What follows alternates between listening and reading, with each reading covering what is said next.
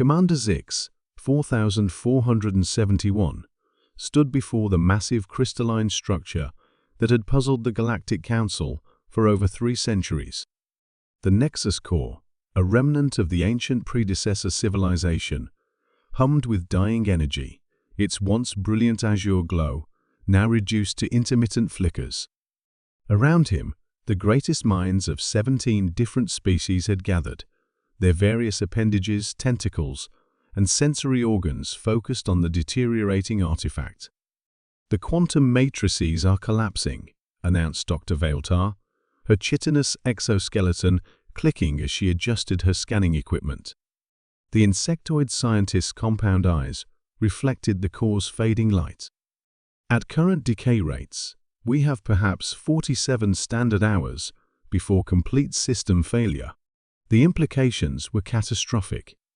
The Nexus Core didn't just power the central hub of galactic civilization, it was the linchpin that held the interdimensional barriers stable. Without it, reality itself would begin to unravel, starting with this sector and spreading outward like a cosmic cancer.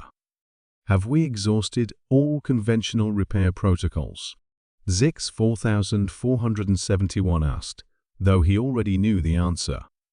His species, the Altarians, had been engineers for millennia, before most others had even discovered fire. If they couldn't fix it, it likely couldn't be fixed. "Every known methodology has been attempted," replied Professor Keth Moran, the gelatinous blob that served as the Council's chief theoretical physicist. His translucent form pulsed with bioluminescent frustration. Harmonic resonance recalibration, quantum field restructuring, even temporal regression techniques. The predecessor technology operates on principles we simply cannot comprehend. Zix 4471's auxiliary brain, the logical processing center, unique to his species, ran through the calculations again. The core's deterioration followed patterns that defied known physics. It was as if the very fabric of the technology was woven from concepts that existed beyond their understanding. "What about the human?" The question came from Sage Orin 9, an energy being whose voice resonated through the chamber like distant thunder. A collective ripple of interest passed through the assembled beings. "The human. Subject 7845 designation, Marcus Chen. For 37 standard years, he had been part of the Council's most ambitious project, an attempt to bridge the gap between human intuition and alien logic.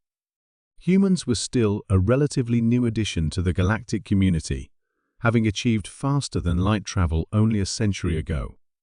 What they lacked in technological sophistication, they more than made up for in their peculiar brand of problem-solving. Where other species approached challenges with methodical precision, humans employed something the exenopsychologists called lateral thinking, a chaotic, seemingly random process that occasionally produced miraculous results. "The human has been studying the core for decades," Zix 4471 mused. "His neural patterns have been enhanced with Centaurian memory crystals, his perception augmented with vegan quantum processors. If anyone could find an unorthodox solution, bring him," ordered the Council's prime speaker, a massive crystalline entity whose thoughts reverberated through the chamber's neural network. Marcus Chen entered the core chamber with the measured steps of someone who had walked these corridors thousands of times. At 63 standard years old, he was ancient by human standards, yet the alien modifications to his physiology had extended his lifespan considerably. His eyes, now capable of perceiving 17 different spectrums of light, immediately focused on the failing core. "How long do we have?" he asked, his voice carrying the weight of decades spent among beings whose lifespans were measured in millennia. 46 hours, 37 minutes, Dr. Veiltar responded with typical alien precision. Marcus nodded, walking closer to the core. The assembled aliens watched as he did something that had puzzled them for years. He simply stood there, motionless, his enhanced eyes unfocused, as if seeing something beyond the physical structure before him. This was the human's method. While they calculated and analyzed, he observed. While they dissected problems into component parts, he somehow perceived the whole. The aliens had studied this process extensively, mapping his neural patterns, recording his biometric data, yet they still couldn't explain how it worked. For 17 hours, Marcus stood vigil. The aliens took turns monitoring him, recording every minute change in his brain activity. His enhanced neural pathways sparked with activity, processing information in patterns that defied their understanding of consciousness itself. Then, in the 38th hour, something shifted. Marcus blinked. Activity, a sudden reorganization of thought that rippled through his augmented consciousness, like a stone dropped in still water. "I need a standard molecular fabricator," Marcus said quietly, his voice cutting through the chamber's tense atmosphere. "And about 3 meters of copper wire." The request sent waves of confusion through the assembled beings. Copper wire? For a device that operated on principles beyond their comprehension, he wanted copper wire? Human Marcus, Zix 4471's voice, carried a note of desperate patience. The core operates on quantum principles that transcend known physics. How could copper wire possibly? "Trust me," Marcus interrupted, and something in his tone made the alien commander pause. In 3 decades of working together, the human had never made a request without purpose. The fabricator and wire arrived within minutes. Marcus worked with swift efficiency, his movements guided by an understanding that seemed to come from somewhere beyond conscious thought. He shaped the copper into a complex geometric pattern, not quite a circuit, not quite a sculpture, something that existed in the space between mathematics and art. "The predecessors weren't more advanced than us," Marcus explained as he worked, his words causing several aliens to emit sounds of skepticism. "They were different. They thought in patterns we can't quite grasp because we're trying to understand them with logic alone." He approached the core with his creation, and every scanner in the chamber screamed warnings. The energy readings were chaotic, unpredictable. But sometimes, Marcus continued, you don't need to understand something to fix it. Sometimes you just need to complete the pattern.